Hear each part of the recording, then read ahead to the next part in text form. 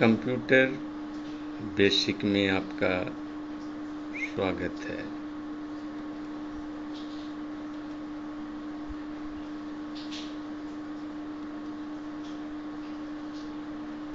Computer basic भाग 1, भाग 2, भाग 3, भाग 4 के बारे में हम जानेंगे।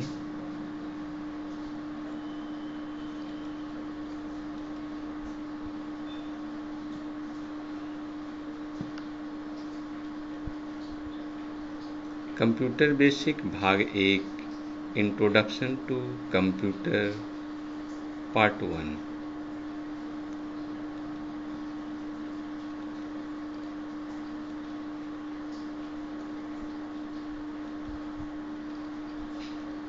कंप्यूटर एक परिचय, कंप्यूटर के कार्य, कंप्यूटर प्रणाली के विशिष्ट लक्षण, कंप्यूटर का बुनियादी प्रयोग।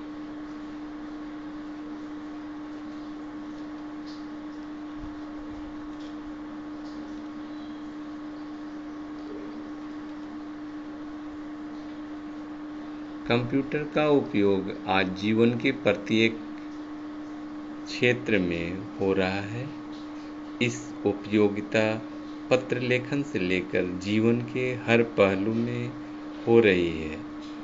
एक कंप्यूटर कई भागों का एक संगठन होता है, जैसे कि keyboard, mouse, central processing unit CPU, monitor and printer इत्यादि।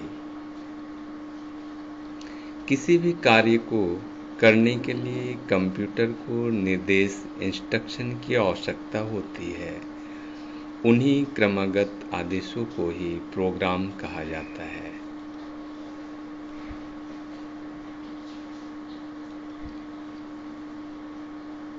वास्तव में कंप्यूटर सॉफ्टवेयर और हार्डवेयर का एक समाहित रूप है। कंप्यूटर के भौतिक भाग, जिनको आप देख सकते हैं और उन्हें छूकर अनुभव कर सकते हैं, वो हार्डवेयर कहलाते हैं, जैसे कि keyboard, mouse, processing unit, monitor और प्रिंटर इत्यादि। इसी प्रकार कंप्यूटर के वे भाग, जिनको केवल देख सकते हैं और समझ सकते हैं, सॉफ्टवेयर कहलाते हैं, जैसे MS word, MS excel, MS PowerPoint, Notepad, Paint इत्यादि।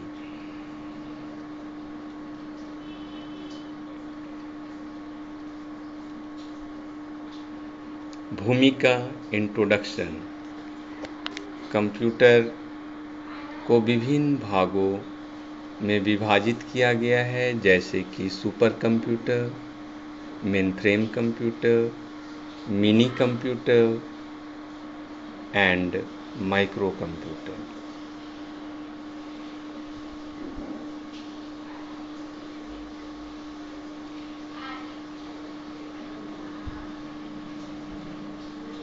कंप्यूटर क्या है? What is computer?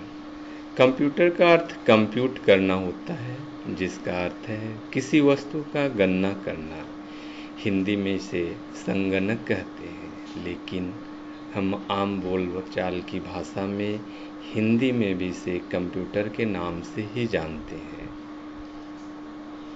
आजकल कंप्यूटर का उपयोग नहीं सिर्फ हिसाब किताब करने के लिए होता है, बल्कि इसका प्रयोग जीवन के हर क्षेत्र में हो रहा है, जैसे कि डेटाबेस को बनाना और उसकी देखभाल करना इत्यादि। कंप्यूटर को हम इस प्रकार परिभाषित कर सकते हैं। कंप्यूटर एक इलेक्ट्रॉनिक यंत्र है जो कि पूर्व निर्धारित आदेशों से डेटा को प्रोसेस करता है या उसे लाभजनक संदेशों में बदलता है।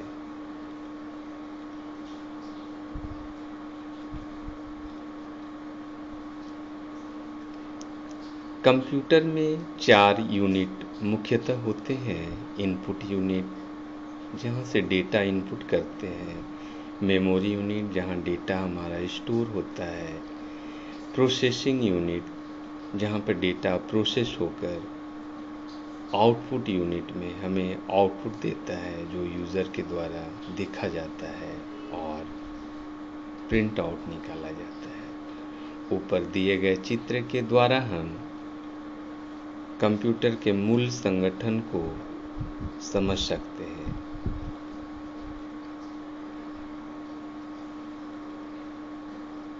कंप्यूटर के कार्य यह मुख्य रूप से 4 प्रकार के कार्यों को करता है, जो चारों यूनिट के द्वारा संपादित होता है। पहला, इनपुट यूनिट। कोई भी कार्य करने के लिए कंप्यूटर को डेटा की आवश्यकता होती है। यह डेटा किसी भी इनपुट उपकरण की सहायता से इनपुट किया जाता है, जैसे कि कीबोर्ड या माउस इत्यादि। सीपीयू, सेंट्रल प्रोसेसिंग यूनिट, जिसे हम प्रोसेसिंग भी कहते हैं। कंप्यूटर कुछ पूर्व निर्धारित आदेशों से कार्य करता है, जिसे प्रोग्राम कहते हैं।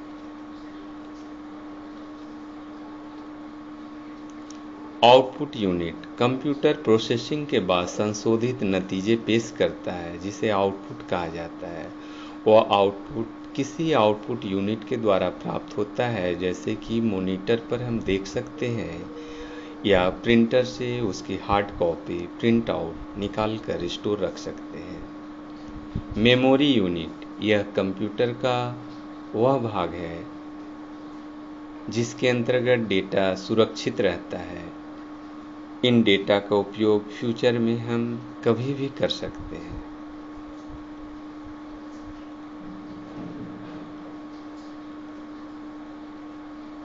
कंप्यूटर प्रणाली के विशिष्ट लक्षण, यथार्थता और अपरिवर्तनशीलता। एक्यूरेसी एंड इनकंसिस्टेंसी, कंप्यूटर कभी भी त्रुटिपूर्ण नतीजे नहीं निकालता। कभी कभार यह जो गलत नतीजे देता है, इसका कारण उपयोगकर्ता की गलती होती है, न कि कंप्यूटर की। निरंतरता, प्रेसिस्टेंस, कंप्यूटर एक ही काम को बिना थके बार बार कर सकता है, फिर भी इससे किसी प्रकार की गलती नहीं होती है। इससे लगातार 24 घंटा हम वर्क ले सकते हैं, कार्य करा सकते हैं, जबकि मनुष्य से लगातार कार्य एक लिमिट समय तक ही लिया जा सकता है। इसके बाद मनुष्य की कार्य क्षमता घटने लगती है और एक समय ऐसा आता है जब मनुष्य काम करना बंद कर देता है।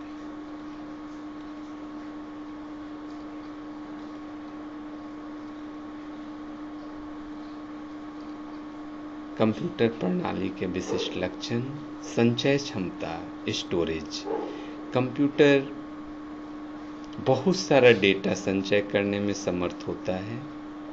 इसी कारण यूजर फ्यूचर में जब चाहे तब डेटा का प्रयोग कर सकता है।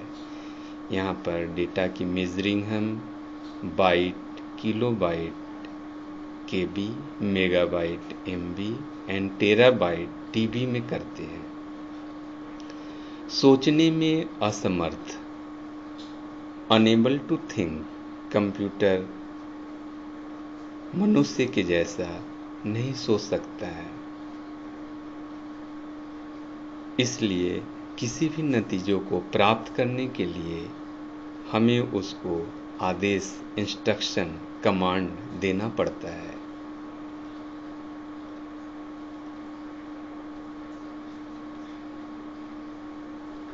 कंप्यूटर का बुनियादी प्रयोग। कंप्यूटर ने मनुष्य के हर क्षेत्र में महत्वपूर्ण बदलाव लाए हैं। व्यवसाय के क्षेत्र में, सरकार के क्षेत्र में, शिक्षा के क्षेत्र में, चिकित्सा के क्षेत्र में, वैज्ञानिक शोध के क्षेत्र में, न्याय के क्षेत्र में, समाज विज्ञान के क्षेत्र में, यहाँ तक कि संगीत और चित्रकला के क्षेत्र में भी कंप्यूटर्स का प्रयोग होने लगा है। आज शायद ही कोई ऐसा क्षेत्र है जहाँ पर हम कंप्यूटर का प्रयोग नहीं करते हैं।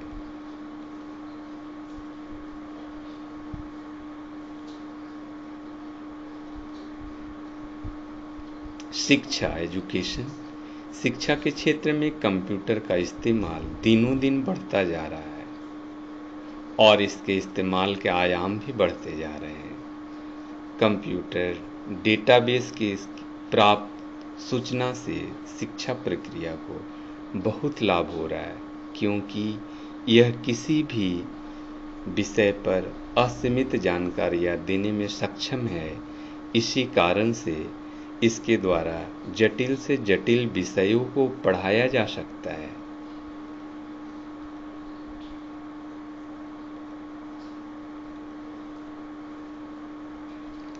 पुस्तकालय और संग्रहालय।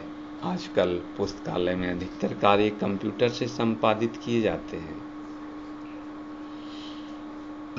कंप्यूटर के माध्यम से किताबों का आदान प्रदान भी हो रहा है एवं किसी यूजर को किताबों को कब से कब तक के लिए दिया गया है और किस तिथि को पढ़कर उसके द्वारा लौटाया गया, इन सभी बातों की जानकारी डेटाबेस के अंतर्गत कंप्यूटर में रखी जा सकती है और ज़रूरत पड़ने पर इसकी जानकारी आसानी से प्राप्त की जा सकती है।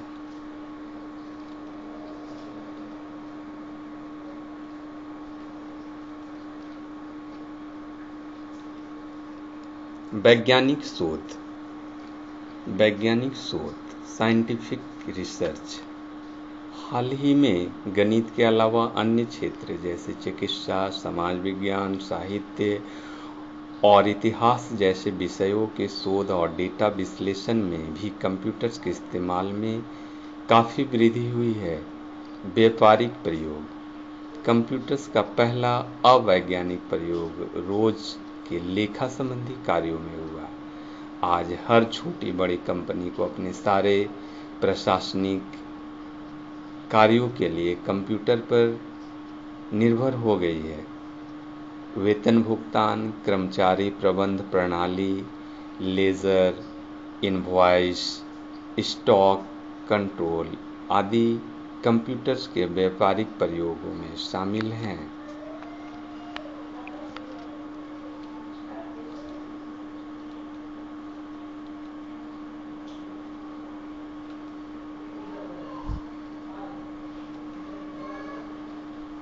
ऑफिस यंत्रीकरण, ऑफिस ऑटोमेशन। शुरुआत में ये सोचा जाता था कि ऑफिस में कंप्यूटर्स का उपयोग लेखा संबंधी कार्यों को करने के लिए किया जाता है, परंतु आज ऑफिस में हर तरफ लोगों का कंप्यूटर पर काम करते पाया जाता है।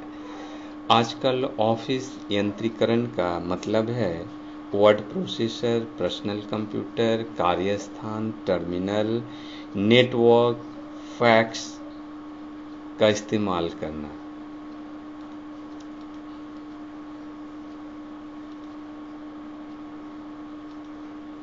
बैंक उन बड़े संस्थानों में से एक है जिन्होंने सबसे पहले कंप्यूटर पर भारी मात्रा में निवेश किया। आज ऐसी स्थिति है कि बैंक संपूर्ण रूप से कंप्यूटर पर निर्भर है।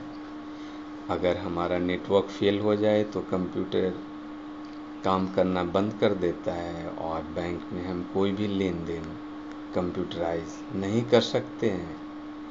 ऑटोमेटिक टेलर मशीन, जिसे हम एटीएम के नाम से जानते हैं, इंटरनेट बैंकिंग, फ़ोन बैंकिंग जैसी सेवाओं की शुरुआत से उपभोक्ता का कार्य काफ़ी आसान हो गया है और वो घर बैठे ही सारा बैंकिंग लेन देन संपादित कर सकते हैं।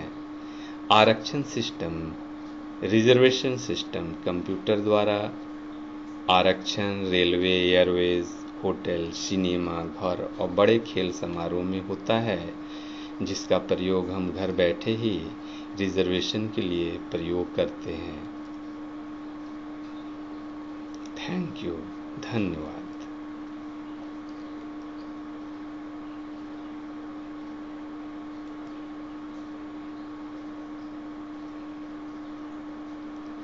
मैं सुधांशु शेखर।